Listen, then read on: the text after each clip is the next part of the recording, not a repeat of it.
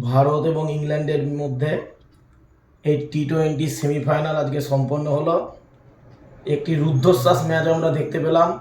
সত্যি heart fail হয়ে যাওয়ার মতন অবস্থা। 200 বছরের ইংরেজ শাসনমুক্ত আমরা অনেকদিন আগেই হয়েছি। আজকে আবার সেই ইংরেজদের, বিশেষ করে ইংল্যান্ডকে হারানোর স্বাদ পেলাম। পাকিস্তানকে অনেকদিন আগেই হারিয়েছি এবং বাংলাদেশ এই খেলায় অংশগ্রহণ করেনি। ধন্যবাদ ভারতীয় টিমকে, কারণ এই খেলা শুরু হওয়ার আগে গৌতম গম্ভীরকে নিয়ে অনেক কথা হচ্ছিল, অনেকে সমালোচনা করছিল গম্ভীরের কোচিং নিয়ে। সঞ্জু স্যামসংকে অনেককে নিতেই চাইছিল না, সেই স্যামসংই পরপর 2টো ম্যাচ জিতিয়েছে।